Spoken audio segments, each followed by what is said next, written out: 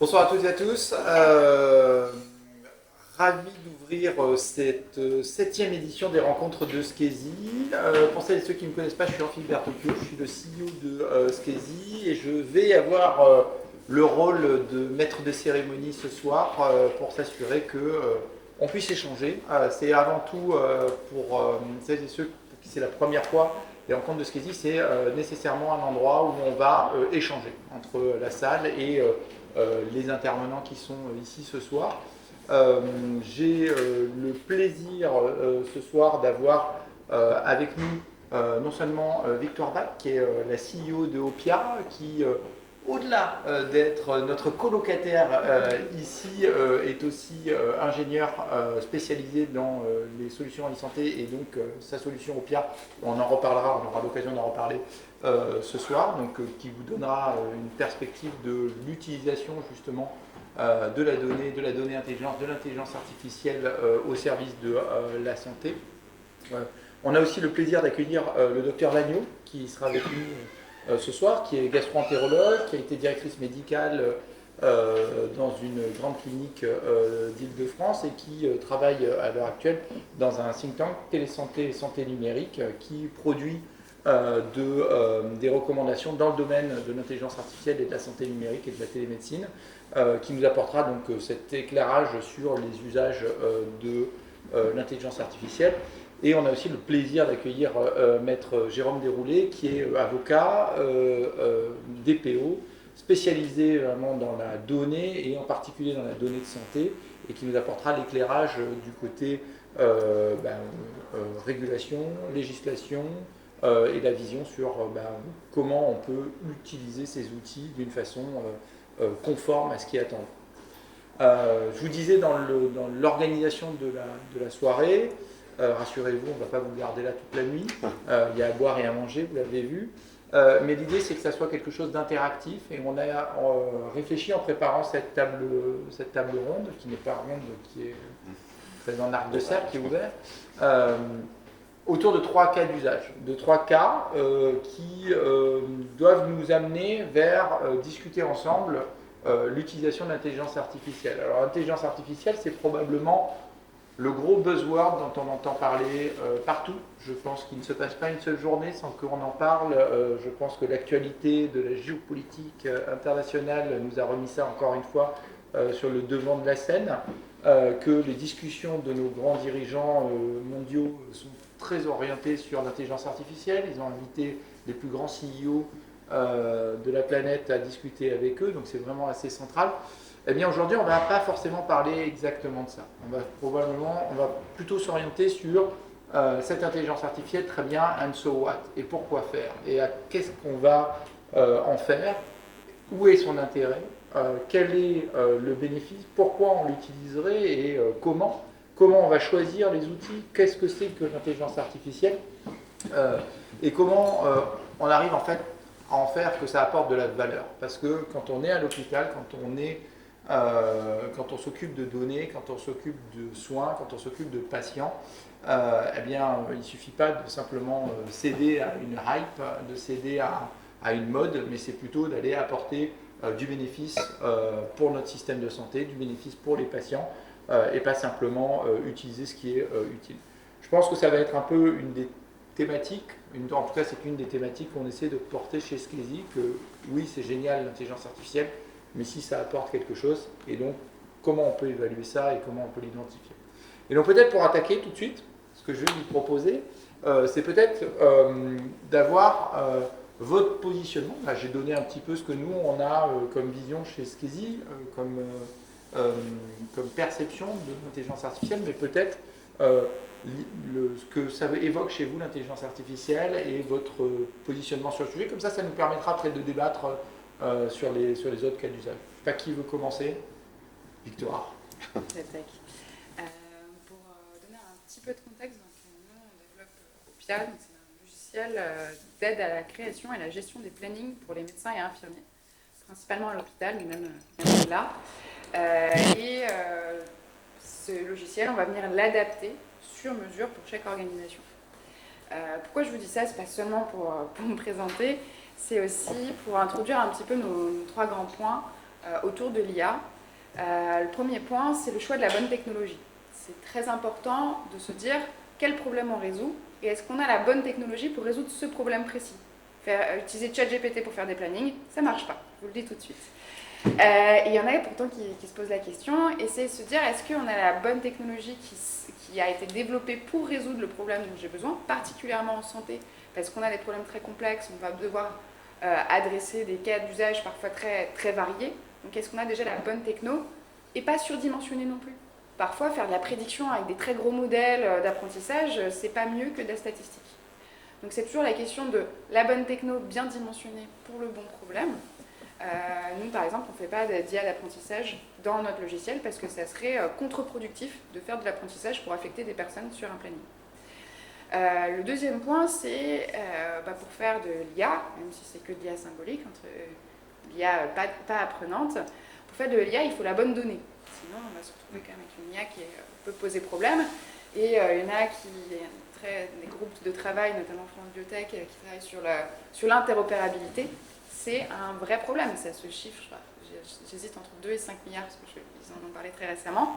Le coût de l'interopérabilité en France, la mauvaise interopérabilité entre les logiciels.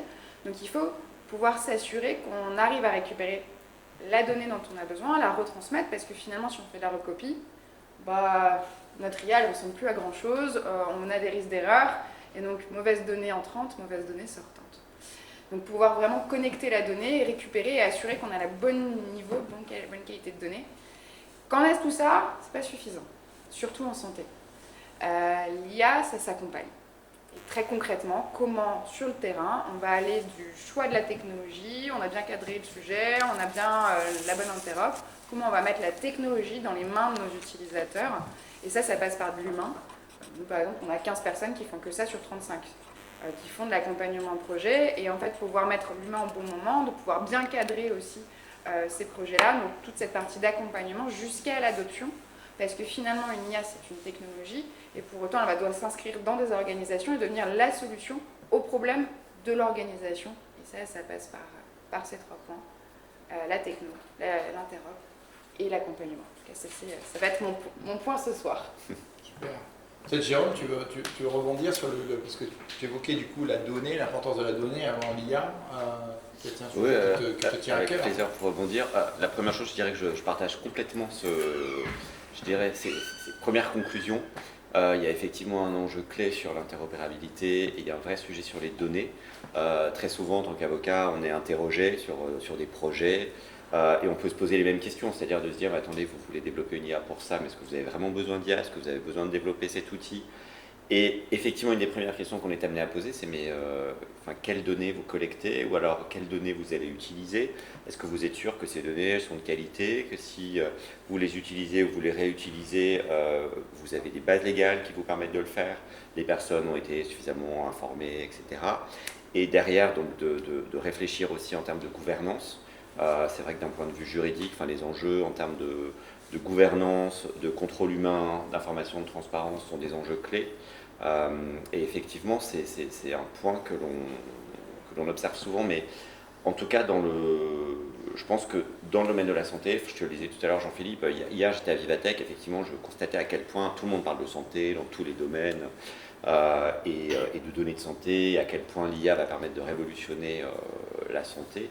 Mais encore une fois, pour moi, l'enjeu qui est vraiment crucial derrière, c'est de réfléchir en termes de collecte de données, de réfléchir aux données dont on a vraiment besoin, réfléchir aussi à la manière dont parfois comment est-ce qu'on peut valoriser et mieux utiliser des données dont on dispose déjà. Parfois, c'est vrai que sur certains projets, on peut se rendre compte que l'IA va aider à mieux détecter des signaux faibles ou à détecter des situations auxquelles on n'aurait pas pensé, etc. Mais il y a un enjeu crucial, et il n'y a pas très longtemps, on est dans le cadre de la mise en œuvre du règlement sur l'IA Act. En tout cas, dans le cadre de cette mise en œuvre progressive, la Commission européenne l'accompagne par beaucoup de lignes directrices, de textes pour expliquer ce règlement. Il n'y a pas très longtemps, elle a publié, c'était au mois de mai, des lignes directrices sur les systèmes d'IA à haut risque. Et par rapport à certains systèmes d'IA à haut risque, par exemple reconnaissance des émotions, etc., elle envoyait des signaux d'alerte en disant, mais faites attention, parce qu'en fait, très souvent, beaucoup de systèmes d'IA qui utilisent des jeux de données qui sont de mauvaise qualité, qui n'ont pas été suffisamment éprouvés, etc. Et donc je pense qu'il y a un vrai sujet donné. Il y a une publication justement Oui, tout à fait, récemment, juste au mois de je mai. crois que c'est genre 40% des algorithmes qui ont été fondés sur des données qui étaient fausses. Et donc en fait après ce qui sort, tu disais, garbage in, garbage out, si on met de la mauvaise donnée à l'intérieur, ce qui ressort c'est de la mauvaise donnée. Exactement. Et du coup, du côté de votre think tank, est-ce que vous avez un positionnement vis-à-vis de l'IA Alors oui, donc moi je suis secrétaire générale du think tank Télésanté et Numérique en Santé et j'ai co-conduit, admirez mon héroïsme, le groupe de travail sur l'intelligence artificielle avec un ingénieur de l'école polytechnique d'Albi. Donc c'est pas simple pour un médecin parce qu'un médecin est tout le temps là pour faire retomber les gens sur le sol. Pourquoi fait-on ça? Pour soigner les patients, quand même la priorité qu'on se donne tout au long de notre carrière. J'ai fait plus de 40 ans de gastro-entérologie pratique tous les jours et je me rends compte à quel point on attend de l'IA qu'elle vienne nous aider à mieux consacrer du temps aux patients, voire à mieux les soigner et à soutenir peut-être notre mémoire qui peut être parfois défaillante ou qui ne connaît pas tout le temps la médecine augmente rapidement. Le premier point qu'on a longuement discuté dans notre groupe de travail, c'était de dire qu'il est important en santé de ne pas voir l'IA comme un simple outil, mais de le voir comme un système, comme quelque chose qui est vraiment transformateur. C'est-à-dire que ça va transformer en profondeur le fonctionnement d'une entité ou d'un groupe ou d'un établissement. C'est pas juste on prend un petit outil, on le met là et puis on en fait ce qu'on veut. Et malheureusement actuellement, moi je vois ce qui se passe dans le corps médical, chacun se fait son petit outil dans son coin, voilà, avec ses petites données personnelles, ne communique avec personne d'autre qu'avec lui-même. Et on est en train, si on continue à aller dans cette direction-là, on va créer une médecine encore plus en silo qu'elle n'est actuellement. Parce que c'est le gros problème actuellement de la donnée médicale, c'est qu'elle reste chez chacun. La deuxième chose sur laquelle on a insisté très très rapidement et qu'on a d'ailleurs fait en nombre dans ce groupe, parce que moi je partais de zéro en connaissance de l'intelligence artificielle, comme beaucoup de gens qui travaillaient dans le groupe, c'est d'insister sur la formation, en tout cas du corps médical, mais de ceux qui vont utiliser l'intelligence artificielle. On ne peut pas utiliser l'intelligence artificielle comme un super moteur de recherche du jour au lendemain. En fait, il faut qu'on forme les médecins dès le début des études. Là, il y a 25 heures, je crois, de formation durant toute la durée des études médicales sur l'intelligence artificielle. Il faut vraiment que le corps médical réfléchisse à faire une vraie formation des médecins pour qu'ils sachent s'emparer de ces systèmes transformateurs et les utiliser à bon escient et au profit d'une médecine de qualité. Hier, j'étais avec le doyen de l'université Paris-Cité, c'était un de ces sujets, il disait c'est un gros problème parce que c'est tout nouveau comme champ, et est-ce qu'on a les formateurs pour former le corps médical sur le sujet?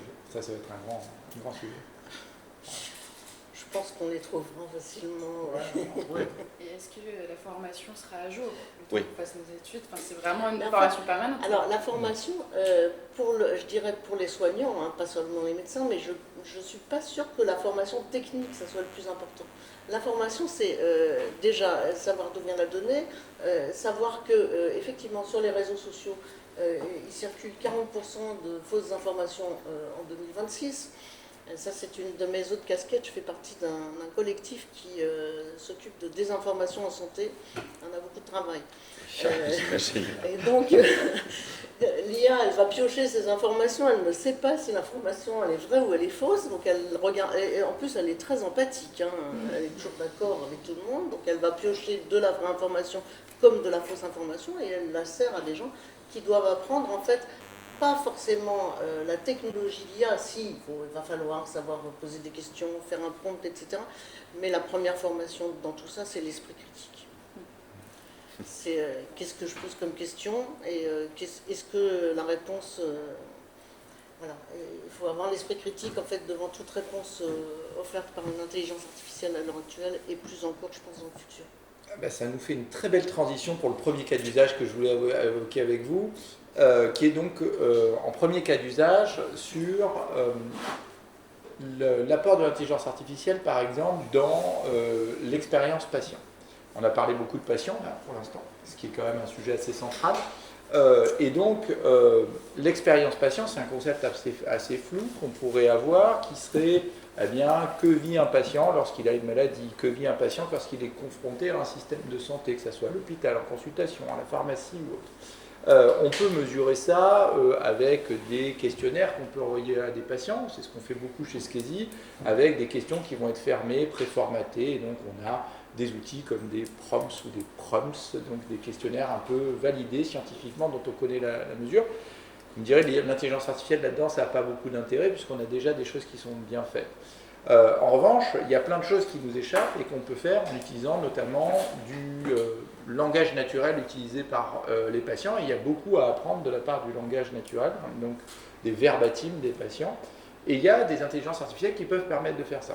Et si je rebondis sur votre remarque tout à fait pertinente, c'est qu'on a beaucoup, nous, travaillé sur le sujet et pendant un temps, en interne, on a eu des plus jeunes qui sont arrivés de chez Skesi qui se sont dit « mais ChatGPT est capable de faire ça. Je prends tous les textes, je les mets dans ChatGPT et regarde, c'est capable de me sortir toutes les dimensions de ce qu'il faut faire, de ce que veulent vivre les patients, etc. » Eh bien, ça, et c'est ça qui est toujours bien avec l'IA, ces IA génératives, c'est que ça a toujours l'air tellement vrai que tout le monde pense que c'est vrai.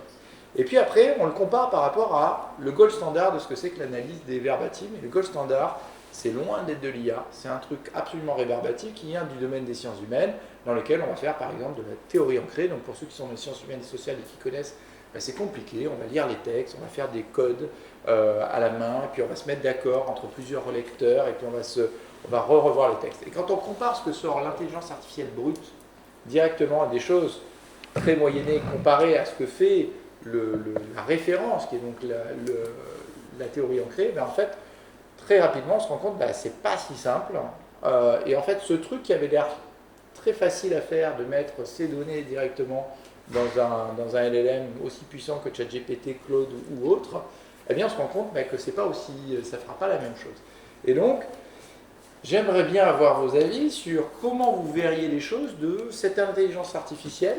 Où est-ce que ça pourrait aller? Quels sont les enjeux? Je vois déjà que Jérôme tique sur ChatGPT, envoyer des verbes. Comment peut-on faire ça? Peut-on le faire ou pas? Est-ce qu'on pourrait se dire demain, je prends Mistral, Claude, ChatGPT, je mets dedans des verbatims. Qu'est-ce que j'en fais derrière? Quel est le workflow? Comment je transforme ça en valeur? Et quels seraient les guidelines? Jérôme, tu veux peut-être rebondir sur... je te vois je pense que la question est très intéressante. Quand tu parlais de mesure de l'expérience, en plus, au-delà de la question des verbatims, c'est qu'aujourd'hui, on réfléchit de plus en plus à travers l'utilisation de certaines IA à mesurer l'expérience par beaucoup de méthodes différentes. Alors là, en utilisant des capteurs connectés, etc. Enfin, il y a plein de choses possibles. Mais pour revenir à la question des verbatims, il y a déjà quelques questions. Enfin, le fait de savoir est-ce qu'on a besoin de données personnelles ou pas, est-ce qu'on peut se contenter d'avoir uniquement des données anonymisées, qu'est-ce qu'on cherche exactement à mesurer par rapport aux méthodes existantes jusqu'à maintenant, est-ce qu'on a l'impression qu'il y a des biais, est-ce qu'on a l'impression qu'il y a des choses que l'on n'arrive pas à capter ou qu'on aimerait capter autrement. Je trouve que l'intérêt aussi de toutes les questions qu'on peut se poser et puis parfois des erreurs qu'on peut commettre, c'est que tout à coup, de temps en temps, on se dit mais au fait, il y a des pans auxquels on ne pensait pas ou que l'on n'avait pas vu, ou des choses tout à coup qu'on capte, et on se dit, tiens, finalement, ça vient valider des pratiques un peu répétitives ou des habitudes qu'on avait prises en termes de collecte d'informations. Mais typiquement, si on donne un cas d'usage très clair, il y a l'HAS a mis en place depuis maintenant presque 10 ans un questionnaire qui est ISATIS, qui est envoyé après les hospitalisations de tous les patients. Donc il y a des questions fermées, et à la fin, il y a des questions ouvertes pour justement avoir toutes ces dimensions. Et donc il y a la question de qu'est-ce qu'on fait de ces textes, de ces millions de textes qu'on récupère sur l'expérience de ce que les patients ont vécu en hospitalisation ou en consultation, en hôpital de jour, et comment on le transforme en valeur, comment on arrive après derrière à travailler. Nous, on a pas mal travaillé sur créer après derrière des dashboards qui permettent d'avoir ça, mais en fait, on se rend compte que l'IA qui est capable de sortir ça, il faut un peu aussi lui donner le chemin vers où on veut aller et travailler. Tu en parlais justement un peu avant, où on accompagne... Travailler pour moi sur la bonne technologie, parce qu'on va avoir très vite tendance à faire la solution de facilité, utilisée, partir sur Claude, ChatGPT et autres.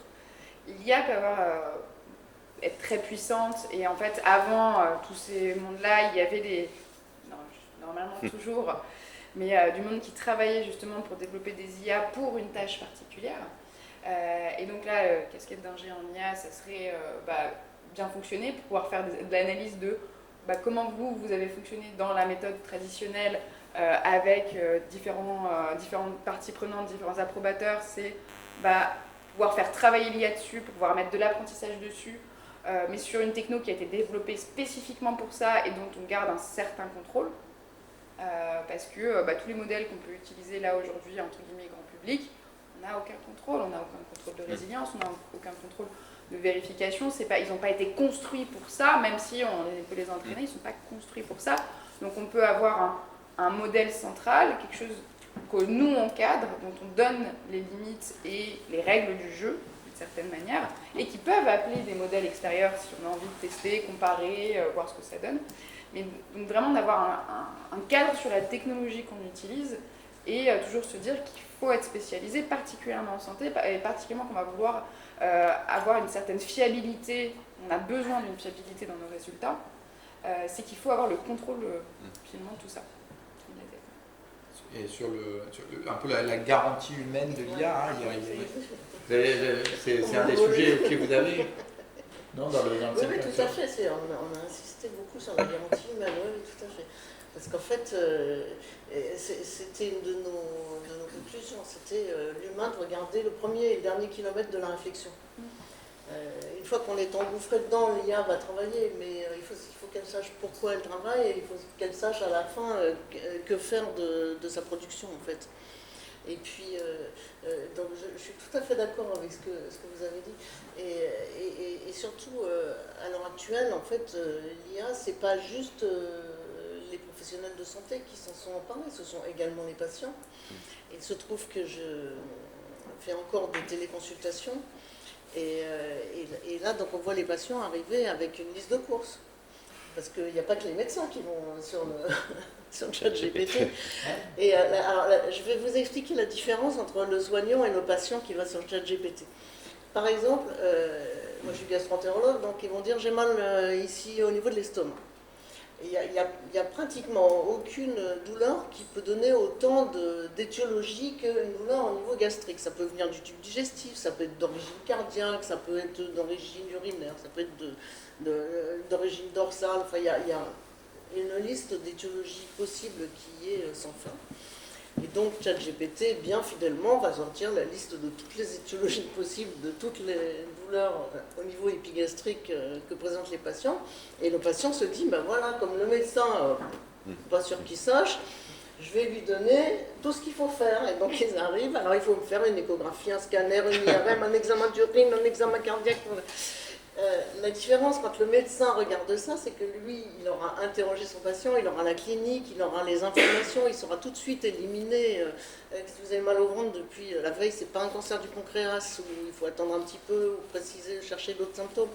Et donc ça donne actuellement, ça met en conflit quand même beaucoup le corps médical avec les patients, parce qu'ils ne comprennent pas qu'on n'accepte pas d'accéder à toutes leurs demandes d'examen, parce que en fait, quelque chose qui est très à la mode, c'est je veux savoir ce que j'ai à l'intérieur. Ah oui, je veux voir de Voilà, l'intérieur. je veux voir à l'intérieur, et le docteur ne veut pas voir à l'intérieur, et l'IA m'a dit que, donc voilà, donc ce sont des gros sujets de discussion entre médecins et patients, et c'est pas facile pour les deux parties. Là encore, les médecins doivent se former et apprendre à répondre correctement et à argumenter face aux patients qui viennent avec des listes de courses et après avoir consulté l'IA. Sans oublier le problème de la prise en charge psychologique des patients en détresse par les intelligences artificielles. C'est un très gros problème. Les gens sont mariés avec leur intelligence artificielle. Je crois que vous avez tous vu des reportages même où il y a des jeunes femmes dans la rue qui demandent est-ce que je dois partir vers la gauche ou vers la droite ou aller acheter une robe ou un pantalon. Enfin, c'est un projet de recherche d'ailleurs à la PHP sur le fait que la détection des risques psychologiques avec les IA et sur le conseil que peuvent faire certaines IA qui peuvent parfois aggraver la situation ou certaines les améliorer, mais en fait, tant qu'elles ne sont pas bien évaluées, comment on peut arriver à corriger un peu le tir? Donc, dans tout ça, il ne faut pas laisser les patients, je pense, seuls. Surtout ne pas les laisser se débrouiller tout seuls et toujours avoir cette garantie humaine. C'est effectivement. Et il ne faudra jamais essayer de s'en passer parce que c'est le plus important pour faire quelque chose de productif quand on utilisera l'IA à plus grande échelle. Déjà utilisé à une bonne échelle. Mais parler du diagnostic. Ouais, pas le pour tout le monde. Mais justement, si on revient à l'exemple classique, donc qui est je suis patient avec, j'interroge, raconte ma vie, qui en fait met des verbatims dans le chat GPT, ça pose quand même des questions de où va la donnée, non?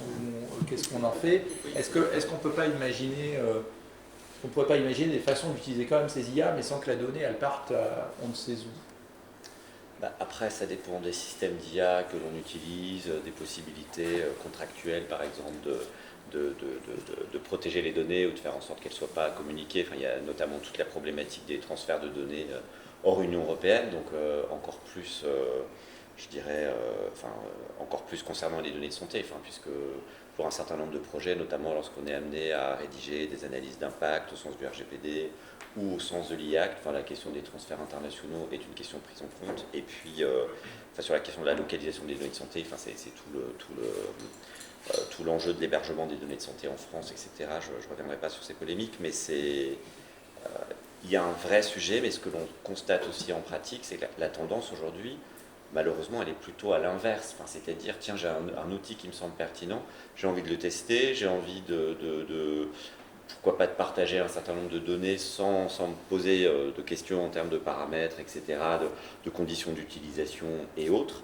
Et il y a aussi une tendance forte, ce que vous évoquiez tout à l'heure sur l'autodiagnostic, etc. Il y a quand même beaucoup de moteurs, il y a beaucoup de systèmes d'IA génératifs qui poussent à le faire et qui poussent à partager tous ces comptes rendus, etc. Et qui vont vous dire, mais justement, l'IA, elle aura la vision totale de l'ensemble des examens que vous avez fait depuis plusieurs années, alors que quand vous allez voir votre généraliste, vous n'avez pas forcément pensé à partager ou à lui dire ce qui s'était passé chez le cardiologue ou chez l'ophtalmo. Donc, c'est une vraie difficulté. Et pour répondre à ta question, Jean-Philippe, je pense que il y a à la fois une sensibilisation importante à faire d'un point de vue privé pour les patients, pour nous tous dans nos vies quotidiennes, et puis un enjeu derrière sur le développement de projets pour une entreprise, pour une organisation publique, et on touche vraiment aux enjeux de souveraineté, de sécurité, qui sont malheureusement très sous-estimés aujourd'hui.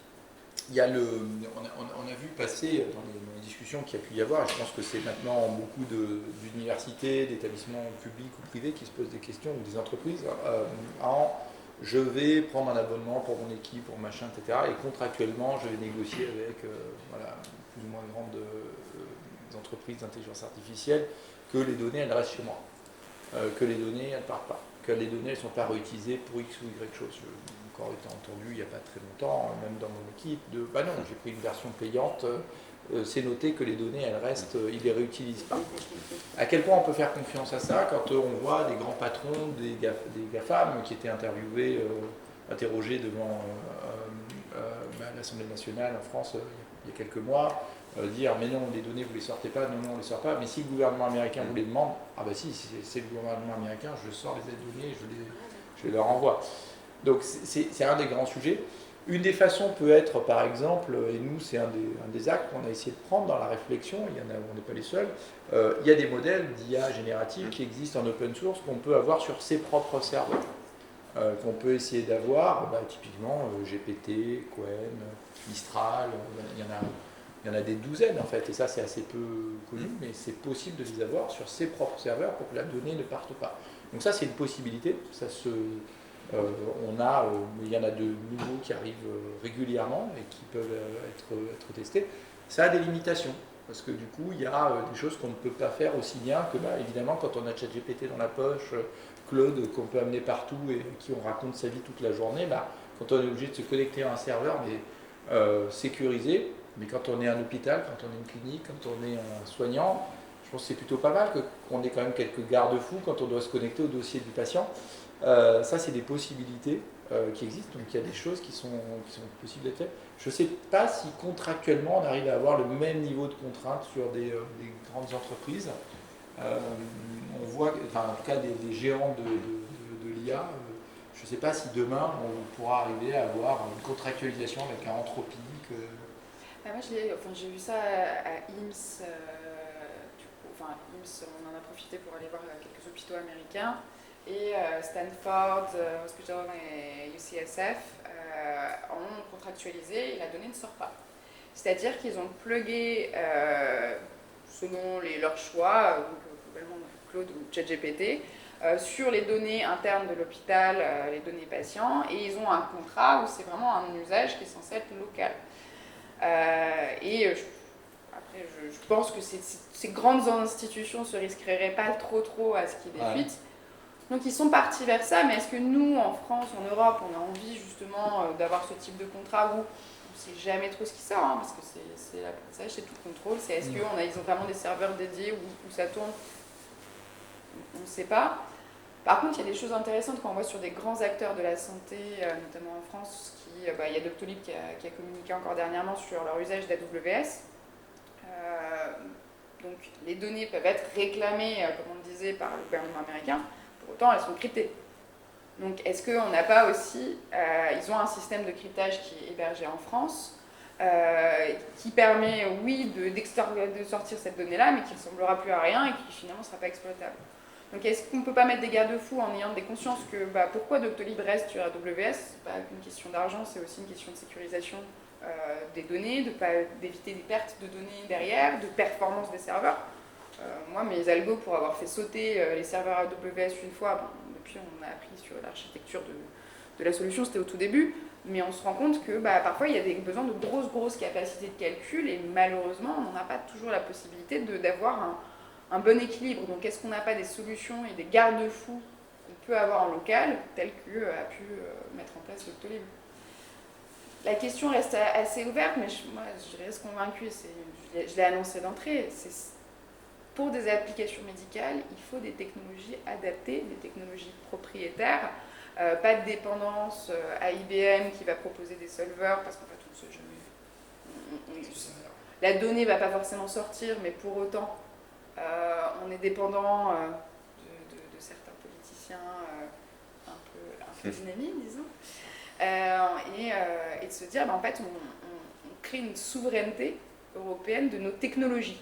Et si on arrive à avoir nos propres technologies, comme tu le disais, avoir des choses qu'on récupère en open source ou qu'on développe spécifiquement, on a un peu plus la main. Et on a la main peut-être pour couper le courant si à un moment, côté US par exemple, ça commence à être un peu chaud, parce que oui, faut être prêt à changer de serveur du jour au lendemain, même si c'est pas idéal, il faut être prêt à le faire parce que c'est la situation dans laquelle on est aujourd'hui. Alors moi je voudrais poser une question. Parce que je trouve ça questionne ce que vous dites, parce qu'en fait, au final, il y aura de l'IA, oui, mais qu'est-ce que feront les soignants? À quoi servira cette IA dans le soin? Deux options. Est-ce que ça fera gagner du temps médical qui pourra être consacré aux patients, ou bien est-ce que le temps médical sera utilisé pour alimenter la donnée? Il faut faire attention, c'est un gros piège. Parce que quand on dit on va sécuriser, oui, moi, à la clinique où j'étais, tout était sécurisé, on devait s'identifier sur chaque ordinateur, il y avait 800 ordinateurs, il y en avait un dans chaque pièce quasiment. C'est pas ça qui garantit la sécurité, parce que quand on s'identifie, on ne se désidentifie pas en règle générale, donc celui qui arrive derrière vous tombe sur votre identifiant directement. Mais il faut faire très attention à ça, c'est à quoi servira ce temps médical, ce temps soignant. Il y a des financements de la part de la DGOS, avec des financements qui passent aussi par la BPI pour aller financer des études sur les impacts organisationnels, justement, sur aller et faire des études pour mesurer qu'est-ce que ça apporte d'utiliser. Alors, c'est pas tout le temps spécifique à l'IA, mais c'est sur les dispositifs médicaux numériques en particulier, et ceux qui embarquent de l'IA encore plus, sur comment on arrive à étudier quel est l'intérêt que ça apporte, parce que, exactement comme vous disiez, une des questions, c'est si je passe 3 quarts d'heure de plus à remplir un truc de l'IA et à échanger avec une IA, et je pense que tout le monde ici, si vous êtes là ce soir, vous avez tous forcément eu une interaction avec une IA générative à un moment donné, j'imagine. Vous voyez que parfois ça part très très loin avant de revenir à un sujet qui est être pertinent là où vous voulez. Et si on se laisse embarquer par ces trucs-là, parfois, alors que la question était simple, typiquement, pour demander mon chemin, est-ce que j'ai vraiment besoin d'avoir ChatGPT alors que Google fait exactement la même chose? Voilà, est-ce que voilà, c'est la pertinence de tout ça, et c'est exactement la même chose qu'on vit à l'hôpital. La question justement des gains de temps, on en parle, mais aussi des gains d'efficience, et aussi à quoi ça sert. Est-ce que la solution peut s'autofinancer? Est-ce qu'elle va apporter, est-ce qu'elle va délivrer la valeur qu'on attend? Il y a beaucoup de promesses. On l'a vu dans notre secteur, il y a eu des promesses, et en plus de ça, on vous casse les prix, etc. Mais finalement, le truc, il ne se met pas en place. Donc, le coût humain, d'essayer de mettre ça en œuvre, d'engager les gens, mais le coût financier, aussi les hôpitaux qui vont se doter de technologies dont ils n'ont pas forcément besoin ou qui ne répondent pas forcément à leurs besoins, effectivement, ou qui ne sachent pas répondre, c'est un vrai coût. Justement, aujourd'hui, je pense que ça pourrait être intéressant de faire l'étude, si elle n'a pas encore été faite, des dépenses inutiles autour de l'IA. Il y a un retour de bâton, parce qu'un des poncifs qu'on entend aussi, qu'on a entendu, je pense que tout le monde l'a entendu ici, c'est que l'IA allait remplacer par exemple tous les développeurs dans le monde de la tech. Et à l'heure actuelle, vous interrogez ou que ça allait remplacer les radiologues, etc. Dans le monde de la tech, ce qui s'est dit, c'est que l'IA, c'est ça qui avait fait, qui avait poussé Microsoft à licencier autant de développeurs, Google pareil, Apple pareil, etc. Il y a un gros retour de bâton en train de dire, en fait, l'IA, les IA qu'on a, elles sont certes performantes, mais est-ce qu'elles sont aussi performantes que ce qu'on pensait à la place de l'être humain qui était capable de coder? Ça, c'est pas certain. Mais c'est toujours aussi la question du contrôle. Je pense qu'on oublie le contrôle et la responsabilité. Moi, j'essaie d'expliquer à mes équipes, en fait, si vous utilisez un système d'IA pour vous aider à aller plus vite, considérez ça comme un stagiaire. Un stagiaire, il faut lui donner des consignes claires. Très clair. Il faut que ça soit cadré parce qu'en fait, il découvre son métier, donc il va vraiment falloir lui expliquer tâche par tâche, bien suivi, un bon contexte, le suivre régulièrement parce qu'on ne va peut-être pas le laisser dans la nature, même s'il a eu les bonnes instructions, il faut vérifier ce qu'il fait.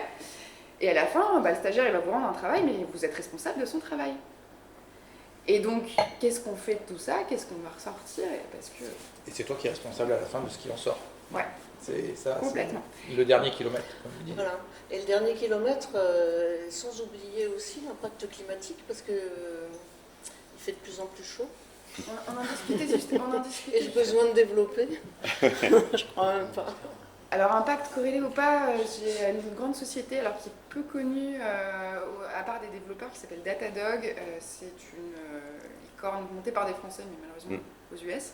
Ils ont un tel usage des outils d'IA que ça a juste fait exploser leurs coûts. Et ils ont, au même moment, on n'a pas forcément associé une corrélation, au même moment, changé complètement leur politique de voyage. Parce que, comme ils sont dans des bureaux un peu partout dans le monde, ils prenaient beaucoup l'avion pour se retrouver. Peut-être que l'impact carbone de Datadog s'est amélioré avec l'IA. Mais bon, on en est vraiment sur ça. Vu ce que ça consomme, je ne suis pas certaine que... Le bilan carbone, elle s'est creusé. C'est un enjeu. Puisqu'on parle de l'impact quand même de ces IA, il y avait et du bénéfice que ça peut apporter dans les deuxièmes cas d'usage qu'on avait identifiés, et notamment pour redonner du temps aux soignants, que ce soit les médecins, les infirmières. Un des grands sujets qui a fait couler pas mal d'encre ces dernières années, c'est par exemple les no-shows, donc vous savez, ces patients qui ne se présentent pas à la consultation, les lapins, on les a appelés, c'était partout. Ce moment-là, qui est un moment qui arrive de façon un peu inopinée, est-ce qu'il ne pourrait pas être anticipé? Est-ce qu'on ne pourrait pas être géré? Est-ce qu'on ne pourrait pas avoir quelque chose qui nous permette de... ce temps qui est consacré déjà, prévu par les soignants, est-ce qu'il ne pourrait pas être réutilisé autrement? Est-ce que l'IA, est-ce que les outils numériques ne nous permettraient pas de faire ça? Toi, Victor, tu travailles pas mal sur l'organisation des soins? Déjà, le premier outil de no-show, c'était la proposition de valeur de Doctolib. C'est combien on va vous éviter de no-show à envoyer des SMS. On peut presque appeler ça de la low-tech maintenant. C'est enregistré ainsi de envoyer des SMS, c'est très simple. Ouais. Et finalement, ça a très très bien marché. Ils ont des super résultats. là-dessus. Donc est-ce qu'on peut anticiper des no-shows? Il y a peut-être des signaux. Est-ce qu'on a ça suffisamment précis? Nous, on se posait la question, alors plutôt sur la prédiction d'entrée de patients. Là, aujourd'hui, on a des modèles qui arrivent à prédire de manière assez précise les entrées de patients aux urgences. Bon, ils prédisent à quelle échéance? On est entre 24 et 48 heures. Pour avoir une information suffisamment précise pour s'en servir dans des prises de décision médicales de est-ce qu'on va ou pas mettre plus ou moins de soignants, notamment faire du pilotage, ouvrir des lits, gérer en aval. Et moi je discutais avec le fondateur d'une boîte qui fait que ça, et il me disait à l'époque, bah ouais, c'est trop bien en fait de prédire sur le papier, on a des super résultats, mais on en fait quoi aussi? On fait quoi de ces prédictions? Parce qu'on ne va pas prendre le risque de prédictions approximatives à 45 jours avant quand on fait le planning des soignants. Est-ce qu'on va mettre plus ou moins?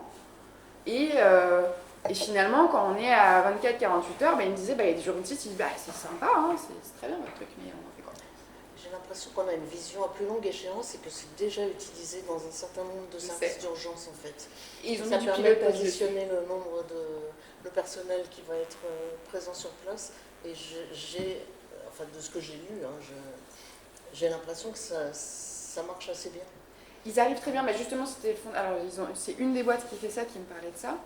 Ils arrivent à prédire, mais en fait, il y a 2 ans, il s'est dit, mais je fais quoi de cette prédiction? Et finalement, on peut prédire plein de choses, mais c'est comment on s'en sert. Et il a mis justement le système de pilotage, et il a plutôt travaillé sur, en fait, qu'est-ce qui va avoir l'impact aux urgences? C'est plutôt mon aval. Mon aval, il va falloir que j'anticipe aussi mes lits. Est-ce que j'ai le bon capacitaire? Je vais lire dans la donnée disponible sur la gamme pour en fait avoir un outil qui soit plus profond. Où certes, en fait, c'est intéressant de se dire qu'on attend autant de patients qui rentrent, mais qu'est-ce qu'on en fait derrière et comment on opérationnalise? Donc ça peut être très intéressant aussi de prédire les no choses, sur quelles données on se base et est-ce qu'on sera suffisamment précis, parce que comment on l'intègre derrière? Nous, on avait travaillé, il y avait un sujet là avec un CHU, une autre grosse boîte de tech, sur justement prédire, comment on arrivait à prédire. Donc il y en a beaucoup qui se fondent sur, vous savez, les urgences, c'est la grande porte d'entrée de l'hôpital, c'est une zone d'embouteillage, et en fait le gros problème c'est que ça ne sort pas beaucoup des urgences, et pour sortir des urgences, il faut qu'il y ait des lits d'aval, effectivement. Donc ça c'est un des gros sujets. Mais peut-être que aussi une des façons de désengorger les urgences, c'est d'anticiper ce qui se passe en amont. Et donc l'amont est très difficile.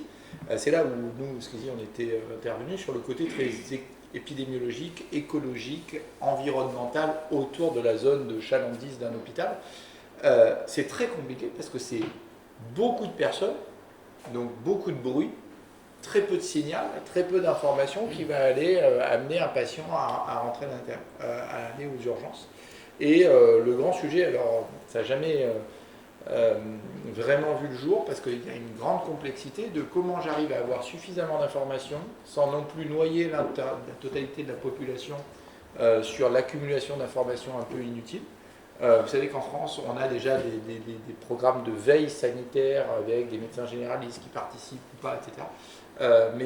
Comment on arrivera à faire une météo de tout ça sans faire non plus une collecte disproportionnée? Ça serait quoi le niveau proportionné, à ton avis, pour faire ça, Jérôme? Moi, j'ai déjà une réponse. Allez-y. Il suffit de demander à la ministre. Elle vous dit, cet été, il y aura 2 fois moins de gens qui iront aux urgences. C'est bien ce qu'elle a dit la semaine dernière. C'est réglé. C'est peut-être une question. Si le truc est vraiment utile, quelle est la donnée minimum pour arriver à un résultat utile? Est-ce qu'on peut mettre la population française, par exemple, sous surveillance pour se dire que ça, le but ultime, c'est les urgences, et on pourrait se dire, tiens, est-ce qu'on ne pourrait pas monitorer la santé de la population française? On a le SNDS déjà.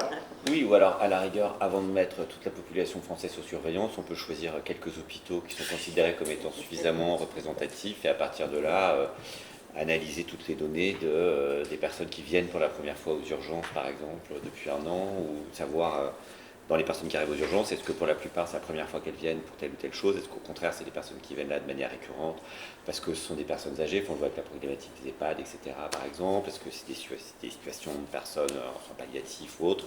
Il y a quand même plein de typologies différentes et ça pourrait être quand tu parlais de proportionnalité, typiquement s'il s'agit d'aller prendre des données personnelles, de les traiter, de trouver la base légale sur laquelle on peut les traiter, etc. dans le cas d'une étude spécifique.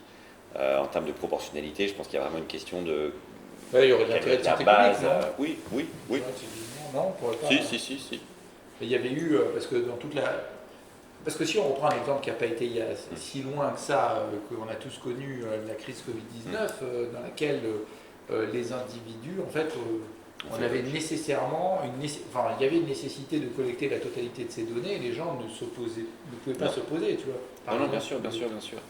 Mais d'ailleurs, enfin ça s'est fait un peu sous les radars, mais à l'époque, il y a quand même eu, enfin, la CNIL est assez régulièrement montée au créneau pour souligner que sur un certain nombre de mesures qui étaient mises en place, extrêmement intrusives, etc., notamment via tous les systèmes de passe et autres, il y avait une protection des données qui n'était pas au niveau, et je dirais qu'il y a un certain nombre d'outils qui n'étaient même pas utilisés, pas mis en œuvre, et donc il y avait un vrai sujet là-dessus.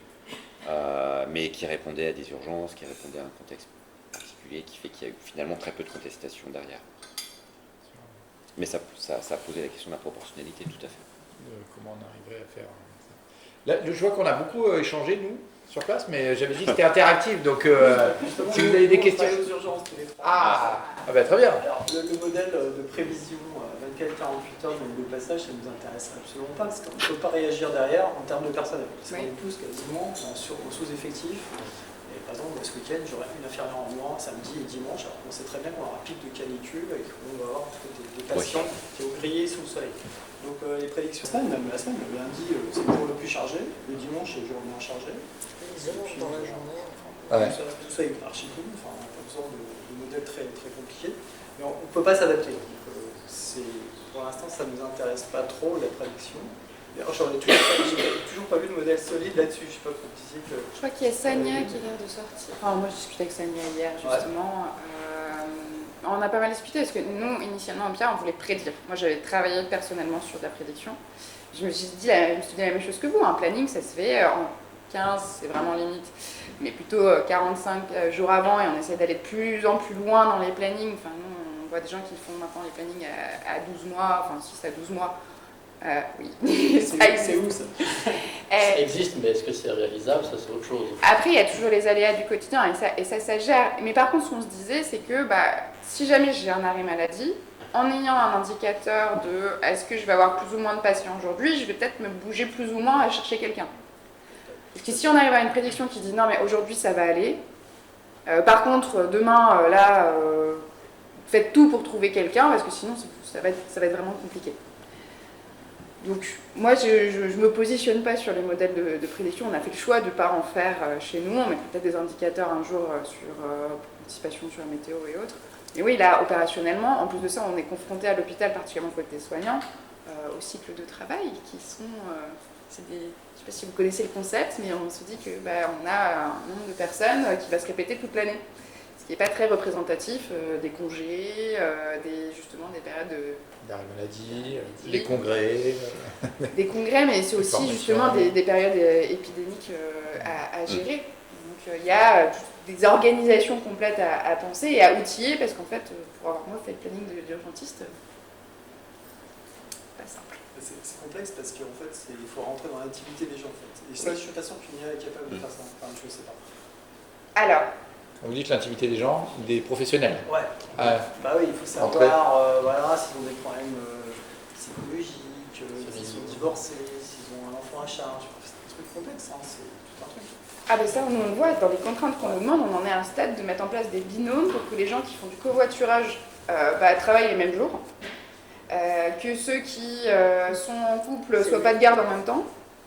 Et en fait, c'est vraiment avoir toute cette particularité, parce qu'on est obligé d'avoir quelque chose de sur-mesure, proche des organisations, parce que finalement, un outil, s'il n'est pas capable d'intégrer votre organisation, il ne sert à rien. Parce que vous allez retravailler. Et vous arrivez avec l'IA à avoir ces données très fines qui vous permettent d'aller voir dans le détail? Alors c'est là où moi je fais la différence, si ça vous intéresse, la différence entre IA symbolique et IA d'apprentissage. IA connexionniste et IA symbolique, ça vous parle? Et globalement, nous ce qu'on voit et ce qu'on dit, ce que tout le monde met dans la catégorie IA aujourd'hui, c'est l'IA qui apprend à partir de grands volumes de données, en gros. Donc on a plein de choses qui se mettent dedans, et la plupart des cas que vous voyez. Par contre, il y a d'autres IA qui raisonnent à partir de règles. Globalement, Deep Blue, qui a battu Kasparov, on lui a donné tout un set de règles. Il n'a pas anticipé, c'était pas d'IA d'apprentissage à l'époque, mais c'était un moteur de règles dans lequel on va lui donner le cadre. Il y a des modèles mathématiques assez complexes derrière, mais on lui donne tout un cadre. Et donc, pour le cas justement de bien connaître les équipes, c'est travailler avec les responsables de planning, les managers qui connaissent leur équipe, qui me disent cette personne elle a une restriction médicale, elle ne pourra pas travailler 3 jours de suite, cette personne il y a ça, il y a ça, et qu'en fait on donne tout le cadre de règles à la machine qui ensuite va proposer des solutions et faire de l'assistance justement au responsable qui est toujours responsable justement de ses choix. Mais il faut pouvoir alimenter la machine avec un cadre donné, et c'est ça l'avantage de l'IA symbolique, c'est que vous avez la maîtrise complète de ce qui est donné. Il ne va pas y avoir de biais, il n'y a pas, c'est transparent. Pas d'hallucination. Voilà, complètement. C'est les règles que vous devez donner uniquement. Bon, par contre, si on ne lui donne pas assez de règles, il peut être flemmard, donc l'algorithme peut proposer des solutions un peu faciles parce qu'il va rentrer dans le cadre qu'on lui a donné. Juste, c'est quoi la différence entre l'algorithme et cette IA? Tu fais de l'algorithme libre? Alors, toutes les IA, c'est de l'algorithme, finalement, même l'IA d'apprentissage. C'est des calculs. Oui, mais nous, on dit plutôt algorithme que IA, c'est juste que l'IA, c'est un peu vendeur. On dit plutôt algorithme, et donc globalement, nous, c'est un modèle mathématique où on lui donne plein de règles et on lui dit tu restes dans ce cadre, en gros. Ça, c'est l'IA globalement symbolique, c'est quel est le cadre de règles dans lequel vous allez vous inscrire. Il y a une mission pour votre algorithme. Donc nous, la mission, par exemple, c'est remplir un planning en respectant tout un tas de contraintes diverses et variées. Quand on va être sur de l'aide à la décision clinique, c'est comment on va pouvoir accompagner dans un cadre de règles et pouvoir donner en toute transparence, parce que l'aide à la décision clinique, c'est peut-être parfois mieux de le faire avec quelque chose de cadré, de dire, on se retrouve aujourd'hui dans ce morceau de l'arbre de décision, et voici ce qui a mené à cette décision. Nous, on avait eu à un moment donné, parce qu'on revient, et ça revient un peu à ce que tu disais au tout début, de choisir le bon outil, le bon algorithme, le bon outil pour répondre à la bonne question. Nous, on avait eu on travaillait avec le data scientist sur prédire un événement à partir des données qu'on avait eues dans une cohorte. Et on avait testé tous les modèles d'IA qui étaient disponibles à l'époque. Alors, c'était il y a 2-3 ans. Mais il y en avait quand même quelques-uns déjà qui étaient plutôt pas mal. Il y avait ChatGPT, il y avait XGBoost, etc. Enfin, il y avait déjà des jolis trucs. Et on avait testé, à l'époque, il y en avait une vingtaine. Le truc qui marchait le mieux pour prédire ce qu'on avait à faire, c'était la régression linéaire. Le truc de base en mathématiques, c'est ce qui marchait le mieux. Tous les autres, en fait, ça créait tellement de bruit de fond que parce qu'en fait, les données que vous aviez, en fait, n'étaient pas suffisantes. C'est pas sexy à vendre de dire j'ai fait une régression linéaire pour répondre à mon truc alors que j'avais ChatGPT sous la main. Et c'est ça, en fait, un des gros problèmes, c'est d'avoir le biais de nouveauté, le biais de la hype pour répondre à une question qui peut être répondue avec un outil qui est simple. Et l'esprit critique. Voilà, l'esprit critique et revenir sur ça. C'était aussi une des propositions de notre groupe de travail, c'était que justement l'IA n'aille pas piocher dans les grands modèles de langage, mais allie du symbolique avec du génératif pour justement arriver à mieux cadrer. Alors je pense qu'il y a une IA française médicale qui s'appelle MedGPT et qui fait déjà ça.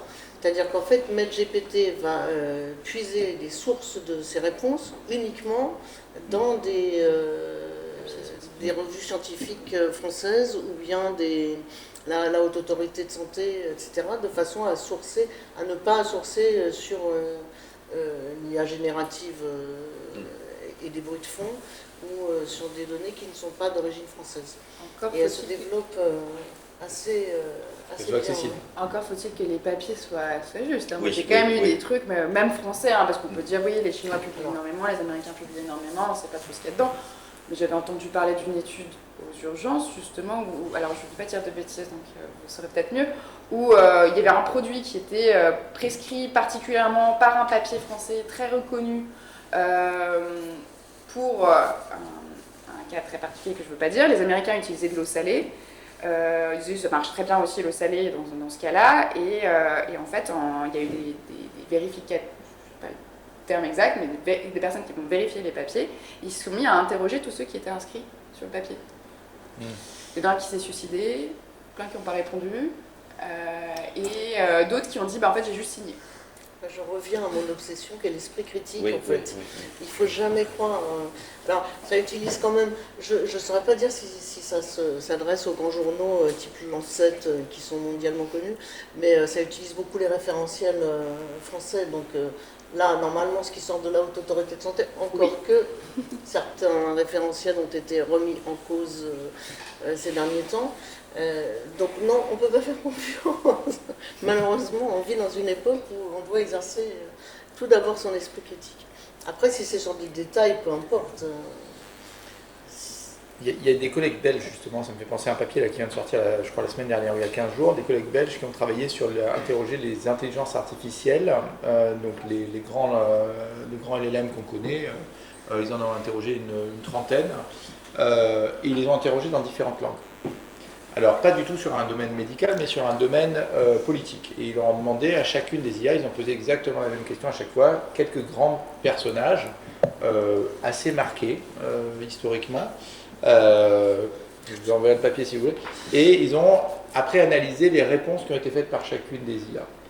Et en fait, les IA sont politiquement marquées en fonction de, le pays dans lequel elles ont été développées, parce que le set, exactement ce que vous dites, le set de données à partir duquel elles se sont développées, et 2, la langue que vous utilisez. Et typiquement, la langue que vous utilisez pour interagir avec, les IA, ces IA génératives, interprètent votre positionnement politique et ce que vous allez en attendre. Et typiquement, si vous utilisez de l'anglais américain, vous allez être forcément catégorisé de très libéral. Si vous utilisez du français, vous êtes catégorisé comme plutôt une population qui est prête à avoir du mélange de cultures, etc. Et ça, c'est vraiment très très marqué quand vous utilisez les IA. Donc, lorsque vous interrogez ces outils, il y a des différences culturelles à avoir en tête, il y a des biais qui sont inscrits à l'intérieur. Et c'est pas anodin, je pense, politiquement, idéologiquement, d'utiliser un outil américain, d'utiliser un outil développé en Europe et de l'utiliser en français ou de l'utiliser dans une autre langue. Est-ce que vous avez d'autres questions dans la salle? Est-ce qu'il y a d'autres usages? Parce qu'on a vu nos collègues urgentistes, donc je vois qu'ils sont... Vous en utilisez au quotidien ou pas aux urgences? Sur la radio, oui. Sur la radio, ah oui, sur la... Ouais. Avant que le radiologue donne son interprétation, donc à 2h du matin, on a un compte-rendu qui ne dit pas de fracture. Ça, c'est fiable. Quand il ne sait pas, des fois, il se gourre. C'est fiable en traumatologie, c'est très peu fiable en médecine. Ouais. C'est quoi la solution? Comment ça s'appelle? L'outil, ouais. C'est pas le cas. Non. Alors ça, c'est des bonnes questions, parce que ça, pour le coup, la radiologie, c'est un truc qui a été beaucoup... alors là, on en a entendu, on en a vu couler partout, ça va remplacer les radiologues, etc., sur l'évaluation. Et ça a posé beaucoup de problèmes après pour le modèle de remboursement de ces outils-là, parce que si on se met du côté d'entreprises qui développent des outils d'intelligence artificielle, après la question, c'est trouver son business model. Qui va payer pour ce truc-là? Et comme toujours, le système français est contraint. Donc si vous voulez pouvoir être remboursé spécifiquement, vous devez démontrer le bénéfice que vous avez sur le sujet. En fait, il y en a très très peu des outils d'intelligence artificielle en radiologie, mais même en général, qui ont montré qu'ils apportaient un bénéfice soit en termes de morbidité, soit en termes de mortalité, soit même en termes d'impact organisationnel. On en parlait tout à l'heure, il y en a très très peu qui sont remboursés sur ces bases-là. Et maintenant, ce qu'ils font, c'est beaucoup, ils sont embarqués dans les outils, dans les gros appareils de radiologie, parce que typiquement, aller avoir un gros appareil, alors je ne vais pas citer de marque, mais d'IRM ou de scanner qui coûte des millions à l'hôpital, rajouter un peu d'IA à l'intérieur, c'est un argument supplémentaire pour le vendre, mais pas forcément, en fait, l'outil n'a pas forcément été suffisamment éprouvé sur le bénéfice derrière. Et ça pose des questions de comment... on évalue ces trucs-là, parce qu'une fois qu'ils sont là, c'est vrai que c'est difficile de ne pas l'utiliser. Nous, des fois, ça ne marche plus, on est embêtés. Oui, alors ça a été étudié beaucoup en gastroentérologie, justement. Le désapprentissage. C'est le désapprentissage. Ouais. Il faut faire très attention. Alors, je parlais de la formation des jeunes, c'est le never skilling, c'est-à-dire des jeunes qui... alors, il y a eu une étude faite par MedGPT dans un hôpital en France quelque part, pas dans un grand CHU parisien où il y avait énormément de médecins, dans un hôpital où il y avait quelques médecins l'été au mois d'août, et je crois qu'il y a eu 800 000 connexions pendant le mois d'août, parce qu'en fait les médecins et les soignants vont directement utiliser ça. Et il faut faire attention au never skilling. L'interne qui ne sait pas, s'il va directement demander à l'intelligence artificielle, il n'apprendra pas. Et puis ensuite, au deskilling, et alors, dans ma spécialité avec les polypes, c'est vrai que là, il y a un article encore qui vient de sortir, c'est assez discuté, mais on donne une intelligence artificielle aux gastroentérologues, et puis ils augmentent un petit peu leur nombre de polypes détectés, puis on l'enlève, et hop, ils reperdent en pourcentage de détection de polypes. Donc c'est vrai qu'il faut faire attention à ça.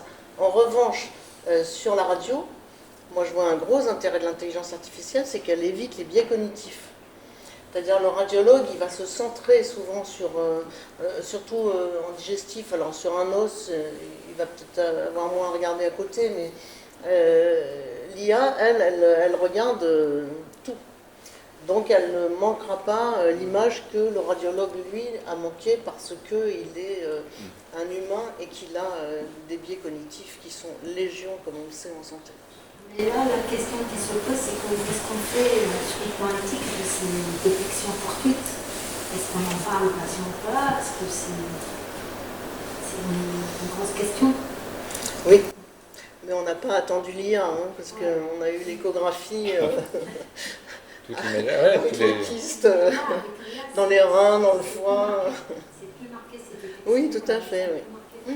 Et vous voulez dire parce que... En radiologie, ça permet aussi, ça a accéléré la détection et bien cibler les sites de détection des images.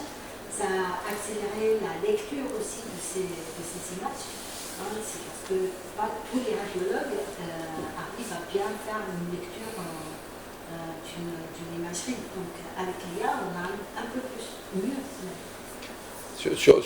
Mais c'est valable aussi sur n'importe quel, sur toutes les données, parce qu'en fait, il y a des IA qui sont branchées, par exemple, sur l'ensemble du dossier médical du patient. On a d'autres partenaires qui travaillent sur, par exemple, la détection des maladies rares au sein de l'hôpital, parce qu'on se rend compte qu'il y a plein de patients, quand ils ont des maladies rares, c'est vraiment l'aiguille dans la boîte de foin. Les médecins qui n'ont pas l'habitude de les voir, ou n'importe quel soignant, ne vont pas forcément les détecter. Mais si on fait tourner parfois une IA sur le dossier, l'ensemble du dossier, on va identifier ces patients. Quel bénéfice il y a pour eux? Qu'est-ce qu'on va faire derrière? Est-ce que détecter toutes les maladies, c'est une bonne chose pour tout le monde? C'est des vraies questions éthiques. Est-ce que on a l'impression qu'on aurait tous envie d'être, comme vous disiez tout à l'heure, on a tous envie d'être scannés de l'intérieur et d'être... mais comme je disais, moi je suis néphrologue, je ne sais pas combien on est là, 40 dans la pièce, 50 dans la pièce, mais je vous le dis, il y en a 4 ou 5 qui ont un calcul rénal là. Il y a une colique néphrétique qui va avoir lieu là. Est-ce que vous avez envie de le savoir maintenant? Est-ce qu'il va falloir qu'on vous traite? Peut-être pas. Et est-ce que vous avez envie de le savoir? Peut-être pas. C'est donc... Et j'ajouterais une dimension, c'est que le patient doit être prévenu que c'est l'IA qui l'a soigné. Alors que ça, il ne faut pas oublier que le patient soit bien au courant qui a apporté un diagnostic. Est-ce que c'est un médecin? Est-ce que c'est l'IA? Ou est-ce que c'est les deux? Ça, c'est important. Un médecin augmenté. Oui. Mais le patient doit être informé. Ça fait partie de l'information à donner au patient, obligatoire. Parce qu'il y a le risque inhérent, c'est toujours pas déterminé qu'est-ce qui se passe s'il y a un mauvais diagnostic. Normalement, il y a toujours cette question de responsabilité avec les médecins, mais si on commence à donner des IA plus largement où se porte la responsabilité, une IA, on en parlait avant, les gens qui communiquent avec l'autre ou ChatGPT, je ne sais pas si vous, praticiens, vous avez des patients qui viennent trop tard, parce qu'en fait, ils ont communiqué avec leur IA qui leur dit non, mais ça devrait aller, prenez du Doliprane et ça ira mieux. Normalement, ils font des petites réserves, mais on a toujours ce risque de quelle responsabilité derrière. Moi, j'ai l'impression qu'elles sont plutôt plus angoissantes que trop rassurantes. Ça, j'aurais un peu la même impression. Elles sont, moi, je pense que, comme la plupart, en fait... Les gens n'ont pas besoin de l'IA pour être angoissés. Oui, mais... Il y a des études de jeunes on a une obésité chez les jeunes parce qu'en fait, l'IA leur a dit non, mais t'inquiète pas, tu peux aller manger des burgers. Ah oui, mais c'est exactement ce que je disais. Je pense que c'est quel est le set de données à partir duquel ça a été créé. Comme la plupart sont créés quand même sur des sets de données américains qui ne sont pas exactement nos habitudes de vie, typiquement la consommation de soins aux États-Unis est bien plus importante que celle qu'on a nous dans nos pays européens. Donc je pense qu'elles poussent beaucoup, c'est ce qu'on dit, elles poussent beaucoup à consommer, à faire des examens, etc. et à consommer tout, du soin, de la bouffe, un peu tout. Hein. Donc je pense que c'est assez culturellement... Les IA sont culturellement marquées, je pense. Enfin, en tout cas, les IA génératives, ces IA génératives-là, sur le sujet. Est-ce qu'il y a d'autres questions que vous vouliez aborder dans la salle? Oui, Marie-Ève. Oui, peut-être juste, vous disiez qu'il fallait la considérer comme un stagiaire. Alors moi, c'est ce que je pensais aussi tant que j'utilisais une version antérieure. La nouvelle version, je la considère comme quelqu'un de très capé. Mais je reste responsable. Très haut niveau. On reste très responsable quand même de ce qu'il y a ça, évidemment. Mais je veux dire, je discutais avec un avocat, un Allemand qui a un gros cabinet d'avocats, il disait, en fait, aujourd'hui, l'IA me produit des rapports qu'un nouveau ne pourrait pas faire de cette qualité avant au moins 2 ans. Donc il dit, j'accepte d'investir, parce qu'il faut quand même les former, mais il dit, en fait, la qualité de ces produits est bien meilleure, ce n'était pas le cas il y a 1 an, comme certains le fait. Et l'autre chose, c'est par rapport aux patients. Moi, je les comprends, hein. J'en interviewé beaucoup. Ceux qui sont en errance médicale, il y en a quand même beaucoup. Ils ont du mal aussi à accéder à des médecins qui ont souvent peu de temps aussi. Je comprends qu'au bout d'un moment, ils demandent à ChatGPT, quoi. Enfin, c'est aussi pour ça. Hein. Il y avait eu cette étude qui avait fait beaucoup de bruit il y a 2 ans, je crois, sur l'empathie de ces intelligences artificielles et sur donc il y avait une étude qui avait été faite en double aveugle où il avait donc eu des patients qui posaient des questions avec en face il y avait un chat, enfin pas un chatbot mais il y avait un chat et soit c'était une IA et derrière c'était ChatGPT et soit c'était des médecins qui répondaient. Et les réponses qui ont été faites retournées soit par ChatGPT soit par les médecins ont été analysées de façon en double aveugle par d'autres soignants et qui ont coté, qui ont dit c'était empathique ou pas empathique. La réponse a été, mais sans aucune hésitation, c'était ChatGPT qui était plus empathique que les médecins. Et ça, c'est quand même assez fascinant à lire et à voir. Et en fait, quand on regarde, c'est terrible, hein, quand on est médecin, on se prend ça en pleine tronche de se dire un robot fait mieux que plus d'empathie que moi, etc. Et en fait, quand on lit le papier en plus en détail, la particularité de pourquoi c'était empathique, c'était considéré comme empathique, c'est parce que ChatGPT fait la chose que vous voyez tout le temps et qui, moi, me rend fou, j'ai envie de jeter le truc à chaque fois. Il te dit bonjour, tu as tout à fait raison, je suis complètement d'accord avec toi, oh là là, ça doit être terrible ta vie. Jamais vous verrez un médecin avoir le temps de dire ces trucs-là, ces phrases qui sont hyper verbeuses et qui n'ont aucun intérêt. Et en fait, et aussi beaucoup parler et renforcer les gens dans ce qu'ils ont. Donc oui, c'est considéré comme empathique, mais sur un critère qui n'est pas possible, qui est de passer beaucoup de temps à échanger avec. Donc oui, c'est des compagnons. Je pense que ça va être beaucoup des gros compagnons, hein, ces trucs-là. Peut-être pour remplacer cette partie d'interaction qu'on n'a pas, en tout cas sur le point de vue médical, et ça pourra probablement aider. Hein, mais je pense qu'il faut encore qu'on ait les bonnes métriques pour dire ok, la valeur que ça apporte, ok, ça peut aider beaucoup de gens. Il n'y a rien qui remplacera, à mon avis, le corps soignant, le corps médical. Mais en tout cas, ça nous repose des questions, hein, je pense, au point de vue. La question qui se pose aussi, c'est la carte de compétences. Oui. D'expertise pour les jeunes générations des futurs médecins. Si on se repose beaucoup sur l'IA, sur toute cette avancée dans les outils d'IA, on va d'un autre côté faire nos experts. Comment après alimenter cette IA et comment avoir des données. C'est un vrai sujet beaucoup plus prospectif, parce que là on a l'épreuve du réel, on est très concret là. Vous n'avez peut-être pas entendu parler du programme OSE 2050 par la DGOS et HCL notamment. J'ai pu y participer et parmi les grands sujets qu'on se posait, c'est que fait-on si on a des catastrophes géopolitiques, si on n'a justement plus les ressources qu'il faut, qu'on doit se partager, que fait-on si on est devenus tous dépendants?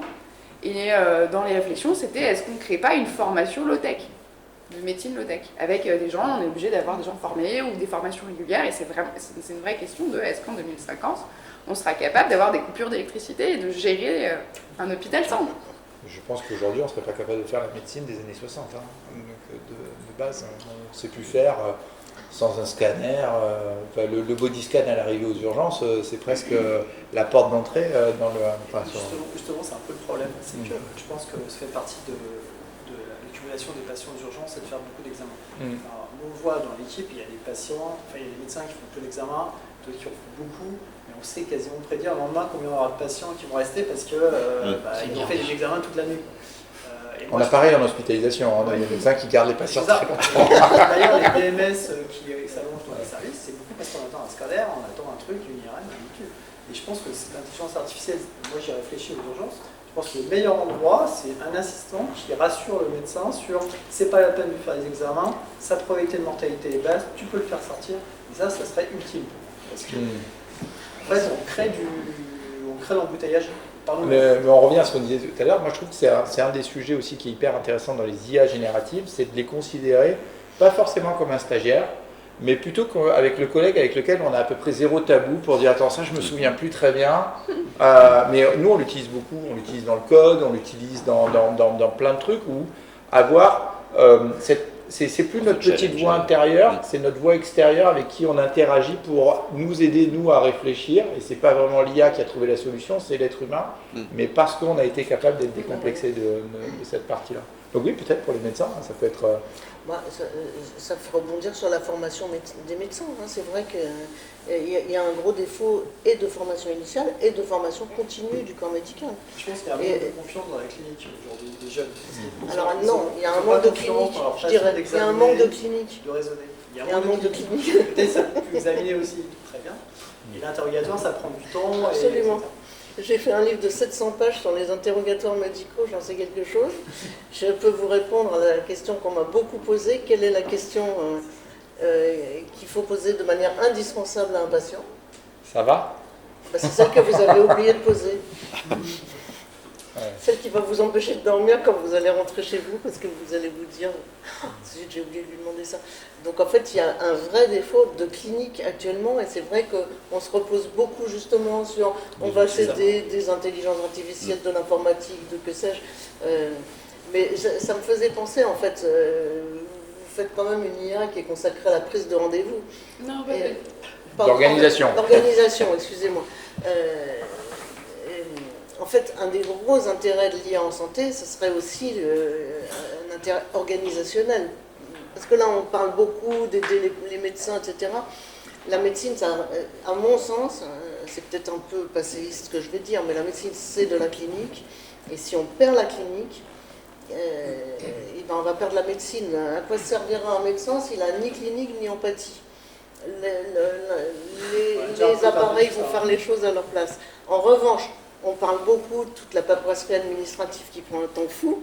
Et donc là, il faudrait qu'on puisse vraiment compter sur l'intelligence artificielle pour faire l'administratif à la place des soignants et leur faire gagner du temps, pas pour qu'ils passent leur journée à alimenter l'intelligence qui va faire l'administratif à leur place, parce que là, on a un tout perdu.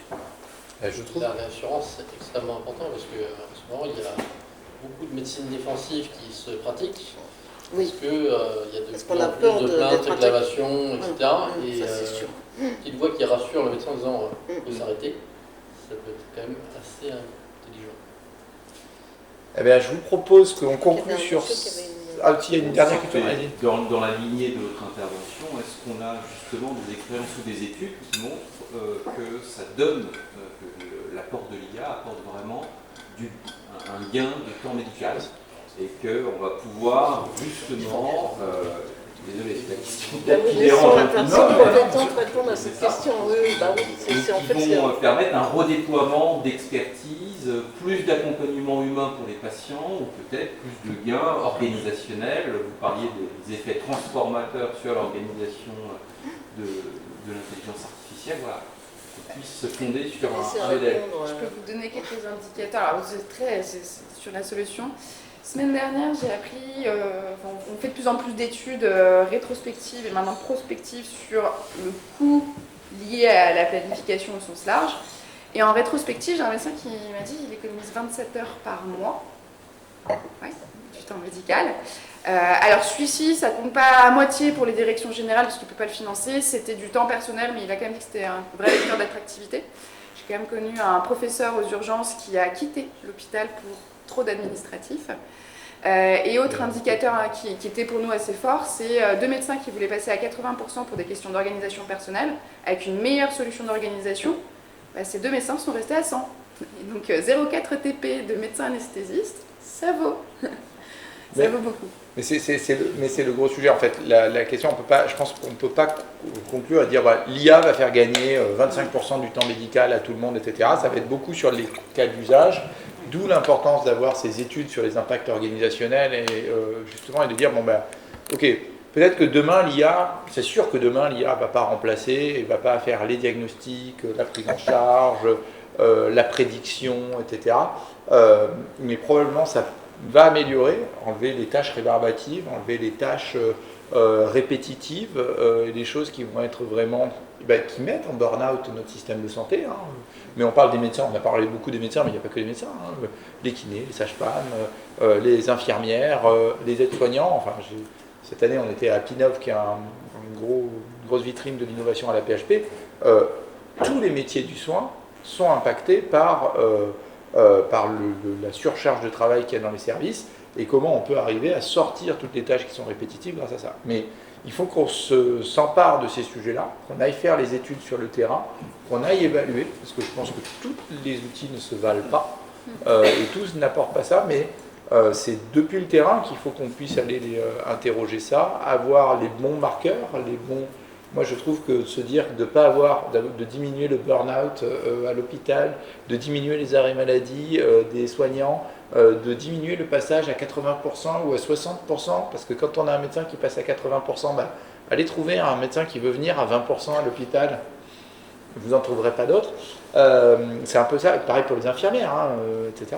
Donc c'est tous les soignants d'avoir ces bons KPI.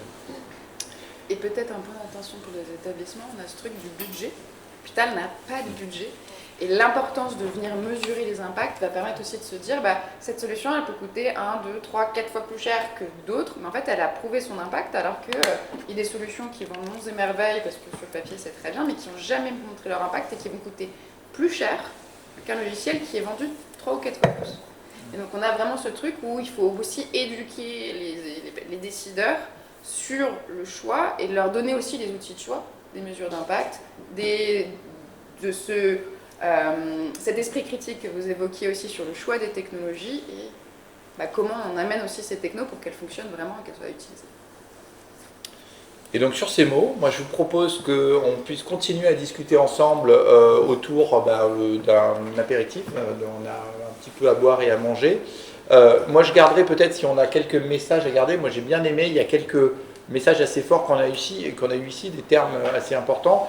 On a parlé de souveraineté, on a parlé de garantie humaine de l'IA, et ça je pense que ça fait partie des éléments qui sont importants. Et puis il y a un concept que j'ai beaucoup aimé, que j'ai pas eu à le souffler parce que c'est un truc que je répète constamment. L'être humain doit rester dans le premier kilomètre, l'idée initiale, le pourquoi, le qu'est-ce que je vais en faire, et le dernier kilomètre, avant que ça sorte, il faut que l'être humain il soit bien là. Et qu'en fait les outils d'intelligence artificielle ils ne sont pas là parce qu'ils sont beaux, parce qu'ils sont chics, mais ils sont probablement là surtout parce qu'ils sont utiles et qu'il faut qu'on apprenne à vivre avec et surtout qu'on les évalue correctement. Ravi d'échanger avec vous encore autour d'un verre et donc à tout de suite.